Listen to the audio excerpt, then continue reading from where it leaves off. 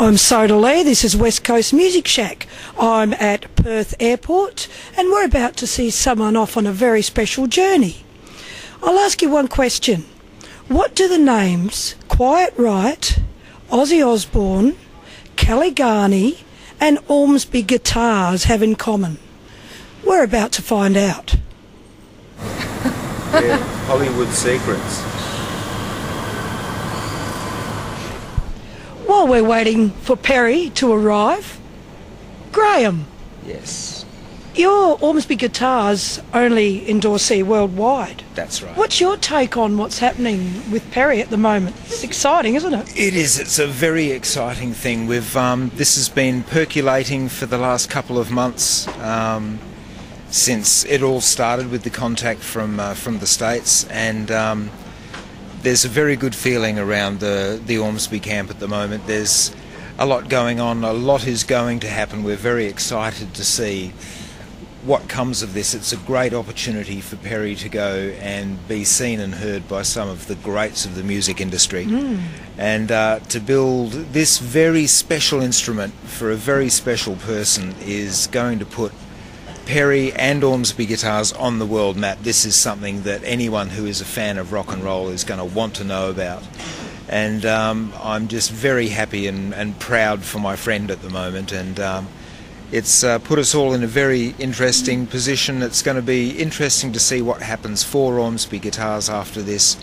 and being the man in the front seat with Perry, I'm sure I'll be finding out about it, and we'll have a lot of interesting things to do come Perry's return.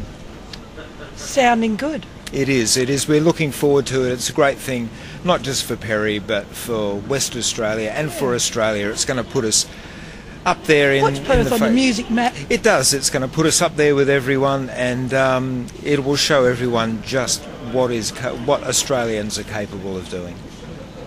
Rock on. And here we are at the airport with Perry Ormsby. Welcome, Perry. How's it going? I'm great, mate. I'm probably not as good as you are. Oh, now, no? yeah, I know where you're about to go, and that's a bit exciting. Now, you've been commissioned by one Kelly Garni Yes. to create this beautiful bass guitar. This one here. What a fabulous instrument. I can't believe the work that you've put into it. It's just an amazing thing. We've been aware of it for quite some time, and you've kind of let a little bit out at a time, as we've all been allowed to hear a little bit as it's been building. Listen, how did it come about that you got this commission? Basically, Kelly Garni has Randy Rhoads' thumbnail, which came about from a band scuffle, I guess, and it was a bit of a joke that Kelly Garni and Kevin Dubrow from Quiet Right would keep the thumbnail while Randy went off to play with Ozzy Osbourne, and of course he never came home. And of course they didn't know what to do with their best friend's thumbnail. And 27 years later, it was finally decided that let's inlay it or use it somehow in an instrument and get it out there. Incredible. Rather than sitting in a little box being creepy, I guess. Do something with it and maybe let the mojo flow on or something like that. Sure. So yeah, I was basically it was, I guess, through my Polka Dot V replicas that I build, which I don't do too many of them. I just sort of do them as I feel, sort of thing. And it's through that the guys talking about those that Kelly Rhoads and Kelly Garni, I guess, discovered me. Yeah, how did that come about? Yeah, well, I met Kelly Rhoads in 2006. Right. But yeah, it was Kelly Garni, I think, just saw my name on one of the Randy Rhoads forums, and it kind of went from there. They all, just checked the website out and send an email through, which I thought was a wind-up. Yeah, I remember you saying, you know. I didn't believe it would be true. I mean, you hear some rippers out there. Yeah, I've been working pretty hard to try and get some name musicians under the wings. But yeah, when the email came through, I kind of just figured it was a wind-up, and I did nothing about it. And then just one day I decided, you know what, I'm just going to give the number a call and just see what happens. And this is sure enough, happened. yeah, Unreal. an hour on the phone, and this is what. It's just a beautiful piece of work. What sort of challenges have you come across whilst building? It's pretty much fought us the whole way. Has it? It was a real tight deadline. Yeah. About 5 weeks. My normal lead time is about 2 years, so yeah. to jump onto something straight away and finish it as soon as possible has been a big challenge. Because everything you've done has absolutely been a piece of work, everything, artwork. Yeah, everything. Really, it had to be something that was artistic. I have to just acknowledge here. Now, if I'm right, I think this. You'll notice on the fretboard here, it's been inlaid with a piece of music. Yes. And this piece of music.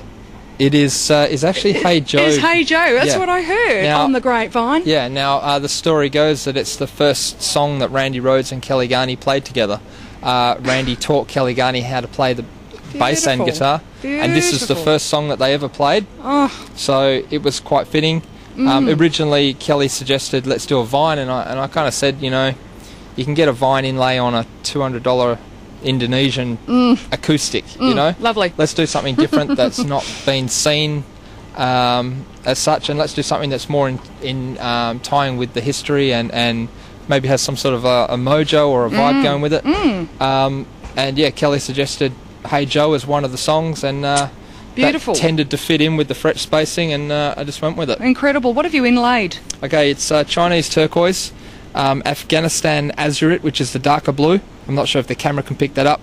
Yeah, it's a little difficult. The but it's vertical lines are all bird's eye maple, and the music is I don't even know what those bits are called, but the 5 lines, they're actually maple that has been boiled with blue stain. So there's actually the blue lines there, right. And of course abalone for the clef and the 4/4. Yeah, sure. Yeah. Now, can I get you to turn that over? I don't know if we're going to be able to see this, but the back of the guitar. Now, if we turn that around a little bit, can you see this? This is one of the most beautiful pictures I've ever seen of Randy Rhoads himself. Has been etched into the wood, and it also has something written over here which says, let me get down, it says, 5 years from now I would love to have people know me as a guitar hero. Randall William Rhoads, December 6, 1956 to March 19th, 1982. You are certainly that, my friend. Is that not the most beautiful thing you've ever seen? Where did you get the picture from? I actually got this. I contacted this picture is actually on the cover of one of I think it's Guitar for the Practicing Musician in 1985, I think, February. I managed to find out who the photographer was, and after a lot of searching managed to finally get an email and a phone number, and he's since retired from photography. But he managed to find the photo. He thought that he didn't have the original. He did. We managed to find it. I got a high-res scan, and what we did is we found an old retired guy down in Mandurah who has a laser burner. Now that's usually used for cutting wood. Yeah. But what we did is we managed to work with him. It took 9 hours, but we managed to modify the machine so that it only just touched the wood. It took about 12 goes. The first time it actually burnt the guitar, so we had to start again. But yeah, it's actually etched in there with a laser. It's you can't feel it. It's just singed the surface. It's such fine work. But I wanted something that looked like an old sepia sort of toned photo. Sort of. Yeah. And what's the wood? Tell me about the wood. We've got Tasmanian blackwood. Tasmanian blackwood. This is standard rock maple. We've got flame maple neck with blue maple pinstripes. Nice, very nice. On the front, we've got quilted maple. Yeah. And look at the finish. I mean, that's just water. It's pretty cool. It's beautiful. My specifications were it needs to be blue, and that was pretty much it. And he liked another guitar that I built a few years ago, and that was used as an example of what he would like. So, yeah. So I think I've. And tell certainly, us about how you've managed to do this up here. Okay. Randy. This is the piece now. Are we allowed to talk about this? Yes, we can, yeah. Go ahead. This is Randy's thumbnail. The original discussion was going to be that it would be ground up and used in the lacquer, but no. I just didn't feel comfortable doing that at all. I can understand why. What we did is we embedded it in clear resin, and it's housed inside a plectrum-shaped hole in the headstock. That's absolutely fabulous. And Incredible. some other features of the bass, actually, under here, Yeah. there's actually a cavity. Now in that cavity is housed all of the music that Randy wrote with Quiet Riot. So the vocals, the lead, the rhythm, the bass, the drum tracks, it's all been converted onto microfiche film. So tiny little microscopic film. Because Kelly Garni was in Quiet Riot. That's right. Yeah, that's right. So all the music they wrote together is housed underneath the top, like a time capsule, this is along with a note from much. Kelly Garni, basically saying, you know, I won't go into what the note says, but it's basically a final, thanks for the memories? yeah, a final goodbye and a thanks for teaching him the bass kind of thing. Oh, Kelly, you beautiful So thing. it's just a cool vibe. I think it's just something that's really cool. You know. Absolutely, absolutely. And so, what's happening with the bass when you get there? Okay. Where are you going? What have you got? You've got Okay, so Melbourne, LA, we're going Melbourne, Las Vegas. Los Angeles, Yep. Las Vegas. Right. While we're in Los Angeles, we actually have to finish the bass because it's not quite finished yet. It's actually You've done well. It's actually an 8-string. We only could find in Australia 4-string sets, so we've got an 8-string set of strings waiting for us in Los Angeles. Beautiful. That's when the final setup, the nut gets cut, put the strap buttons on, and just give it a final test run. So that's in Los Angeles, and then we go to Las Vegas the next day. Now, I And believe we do a presentation. Yes, a presentation, something a bit of an entourage and a bit of a hello when you get there. Yeah, all along for the last 5 weeks, we've had a film crew following pretty much everything. I haven't been able to work on the bass without the film crew there, so that's been interesting. Go to film crew. They've got all my mistakes and all my frustration and stress and The realness. yeah, but they've caught some really cool things as well. You know, they were there for 9 hours while we were doing the laser burning on the back. They were there when it destroyed it the first time, and we had to quickly fix it. Yeah, you know, sure. but yeah, that whole lot is going to be. When we get to Vegas, there's actually, I believe, Kelly Garni and Kelly Rhodes, which is Randy's brother, are picking us up from the airport. Fantastic. And there's going to be a film crew there, and then they're following us around Vegas. I'm not sure what's going to happen to the footage, but That's okay. we'll see. That's okay. That's okay. off in the future. It's just a fantastic capture of a moment in time. Absolutely. You know, an incredible moment in time. Yeah. So, you know, from the West Coast to the Rhodes family, we really do appreciate everything. Okay, well, here you are. You're leaving Perth. You're about to go and meet up with Randy Rhodes' brother. Yes. Oh, his whole family. His actually. whole family? Yeah. We'll after it's delivered in Vegas. A few days after that, we come back to LA, and then after a couple more days, I think Kelly's coming back to show Mrs. Rhodes, and do like a little presentation, I guess, and play some music, and sort of show her what we've done. That's going to happen at Musonia, which is the school that Randy's mum still runs today. Yep. That's where Randy taught the guitar. Yeah.